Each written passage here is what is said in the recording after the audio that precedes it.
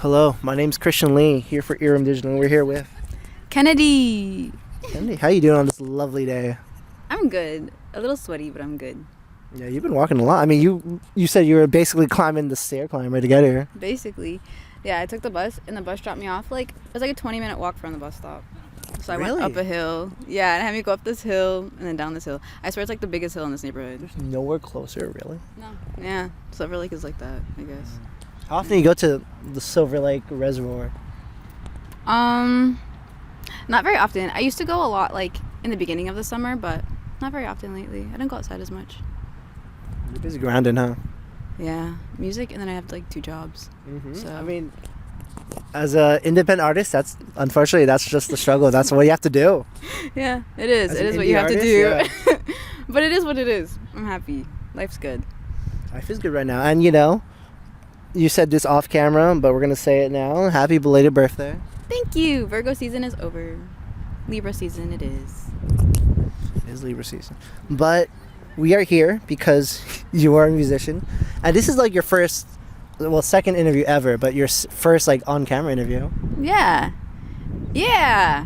This is me. Hey, guys. But you don't have, you're... Okay, let's just get down to it. Because you are in the process of making an EP, correct? Yeah, I'm in the process of, like, trying to create something that all goes together and is distributed. Having links is important, is what I'm learning. So like, I don't know, I moved to LA less than a year ago, and I didn't have any links to anything, and I feel like since just having one link, I've gotten a lot of opportunities, so having one link to a bunch of things will be good. So I'm working on an EP, yeah. Don't know when it's going to be released, but soon enough. Because to set up this interview, you reached out to us, and then we were emailing back and forth. And then I remember you said you had, like, an idea, like, a concept, because, like, so far, I think the EP, maybe, like, around, like, 15 minutes or less right now. And then you wanted to be, I guess, more, it was like a headphones, like, audio experience in a way, right? Yeah, I make all of my music on my iPad. Like on GarageBand? In GarageBand, yeah. And with my earbuds, so it is kind of a listening experience, and I would like for people when they listen to understand how much of an experience it is, just like knowing what all goes into it. But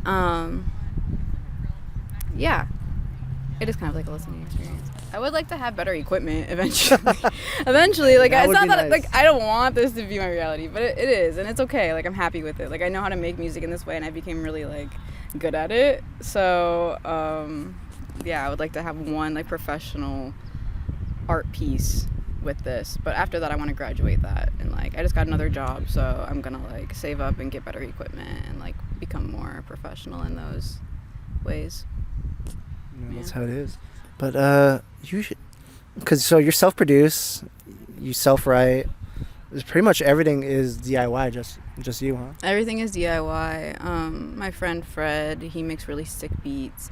I found him on YouTube a couple of years ago. You did mention this in the interview, yeah. Yeah, Fred is dope. He's a cool guy. He lets me use his beats. I do make my own beats too, but I use mostly Fred's because it just saves me time, and I want to just like put things out. Yeah. But when I have everything, I want to like start making my own beats. My friends just gifted me a drum machine for my birthday. Dang, that's so nice. So cool, That's so touch. considerate, and I've been able to just like mess around with it, and I'm excited to just start making beats with it. But once I have like all the plugins and stuff, but yeah, I'm mostly self-produced in my apartment with my earbuds, and I use Fred's beats, and then he sends me like a stack, That's his nice. stack Wow. later, which is really nice, so I can like mix it and everything. And I kind of just like put it out. I don't really master things or like that kind of stuff. I kind of just like put it out. Will you say, because you just moved here like a year ago, and so far you said you really don't have one connect. Is your one connect Fred? No, I have another producer friend. Their name is Aaliyah. They're super cool. They're the first person I ever sent any of my music to. The first song I ever made was a couple of years ago when I lived back home with my parents. I was living in LA for a little bit, like 8 months. Then I ran out of money, and I had to move back home. So, Eli, what's her last name? Eli, what is your last name? Eli, what is your last name? Eli Firebender on Instagram? Oh, okay. Yeah. I know a different Eli. I'm like, wait, is this the same one? But no, it's different. It's actually messed up. I don't know Eli's last name. I'm going to have to ask them. But yeah, I made my first beat, like my first like song like 2 years ago when I lived back home with my parents. So. And you have 2 songs you already put out. One that you did show me, which I do like, God Forbid. That's a good one. Oh, God Forbid. You like God Forbid? That's so funny. I almost deleted that song. Really? You're the one that sent me, and I'm like, actually, it's pretty interesting. I sent you like the whole mixtape. Yeah. Yeah, and then I have 2 songs on Spotify. Yeah, UPMO. And Miss Unaccountable. Miss Unaccountable. Yeah, those are my only 2 songs on Spotify. And then I have the my God for like the mixtape that I sent you. But I'm glad you like God Forbid, because I was very iffy about it, honestly. So that makes me happy. Maybe I'm just like too much on myself though too. I mean, I feel like when you're creating art, music, or anything, you have to be like very self-critical too. I mean, it's kind of weird, just like it's weird like listening to stuff like you make, Yeah, it's hard to hear your own voice. Exactly, yeah. Even like on camera, like watching this back and be like, ooh, this is how I talk. I know, that's why it's so tough for me when I do interviews too. I'm like, I don't want to look at this again, like, I know. Like a lot of the times when I put a song out, I don't listen to it for a while after. Like after it's out, I'm like, okay, now I can put it away. Like once it's like somewhere, I'm like, okay, I can put it away and come back to it. Like that's why UPMO on Spotify is like pitched up, and the one on my SoundCloud is like, that's like the regular pitch. Oh, okay. Yeah. So I didn't realize I liked my regular pitch until like months later. It took me like 6 months to be like, oh wait, this is actually not that bad, like regular. Exactly. And then I put it there. I mean, it's because like, you're listening to your music, like it just feels weird, like you're listening to yourself, like that just seems like so narcissistic, It is. Yeah, it really is. But like you need to do it to like, just improve on yourself too. But it's just tough. You gotta be a little full of yourself to put this kind of stuff out in a way. But like for me too is like when I create it, like when I produce a song, I'm listening to myself talk over and over again or sing over and over again, and then I like film a video for it. Yeah. And I have to watch it over and over again. So by the time I like put it out, I'm like so sick of like hearing it that it's like, oh, like I don't even know what it sounds like anymore. It just sounds like mush. What's been your, I mean, as far as I know, you only have like 3 technical songs out, but like what's been your favorite one to like write so far? Like which was like the most fun for you? Like, oh, like I was excited to put this one out. Miss Unaccountable is really fun because I wrote it and recorded it all in the same night. Wow, okay. Yeah, that was so fun. And then my next door neighbor, he films most of my videos. Oh, really? Yeah, he's the best. Rod. Shout out Rod. Shout out Rod. He's so cool, but I made half of the song one night at like 1 a.m. And then the next morning I texted Rod. I was like, I made the song. I want to make a video for it. Like, let's do it. And he was like, okay, we can do it this weekend. And I was like, okay, let's do it this weekend. And by like that time, I finished the entire song, like the second half, and then I put it out. But we just had so much fun filming it. I just had so much fun creating it, and just like having the entire idea at once and then getting it done all in 1 week just felt so just what I'm supposed to do, that it just felt so like divine timing.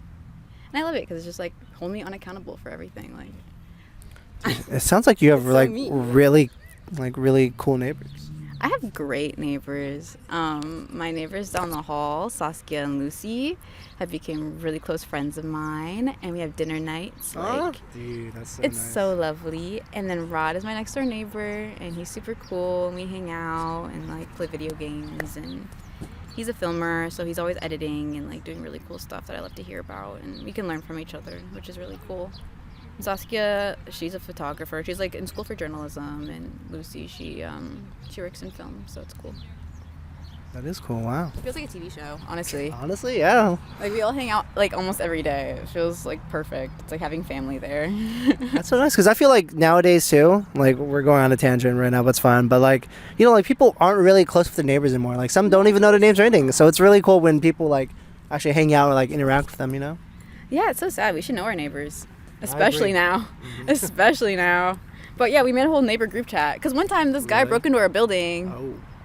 He like punched a hole in the back door. That's insane. And like he was bleeding all over our building. Like there was blood all over our building.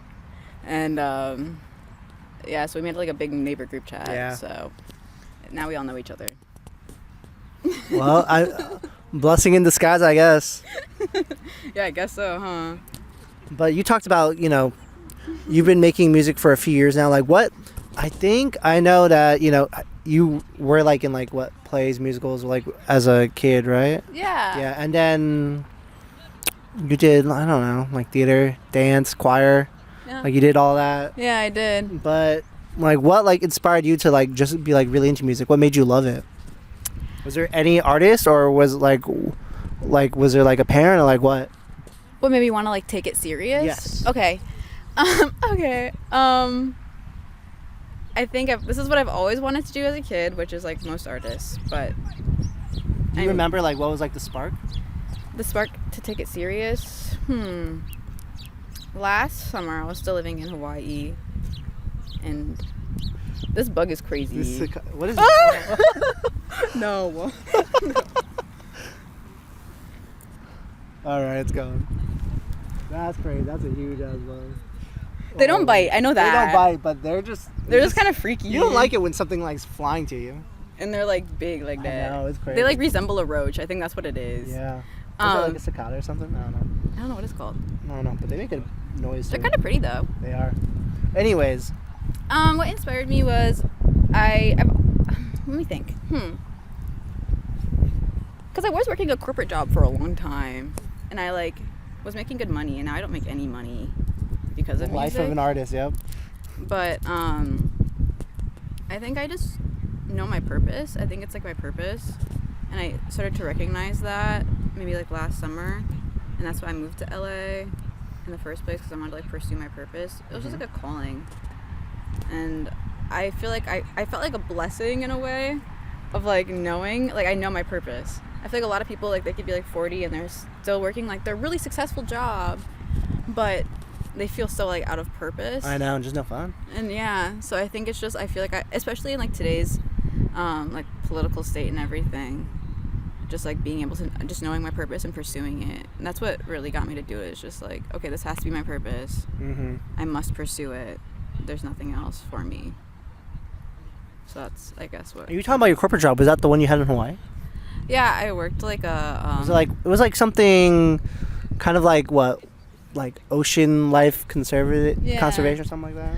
Yeah, I worked at like an ocean conservation. I was like in their administrative team, so I was like sending a lot of emails all day. Nothing new for you, huh? That's where I got the idea of sending 20 emails a day, because I was like, they were getting like 50 like business emails a day, and I was like, what do I need to do to like get that for my music?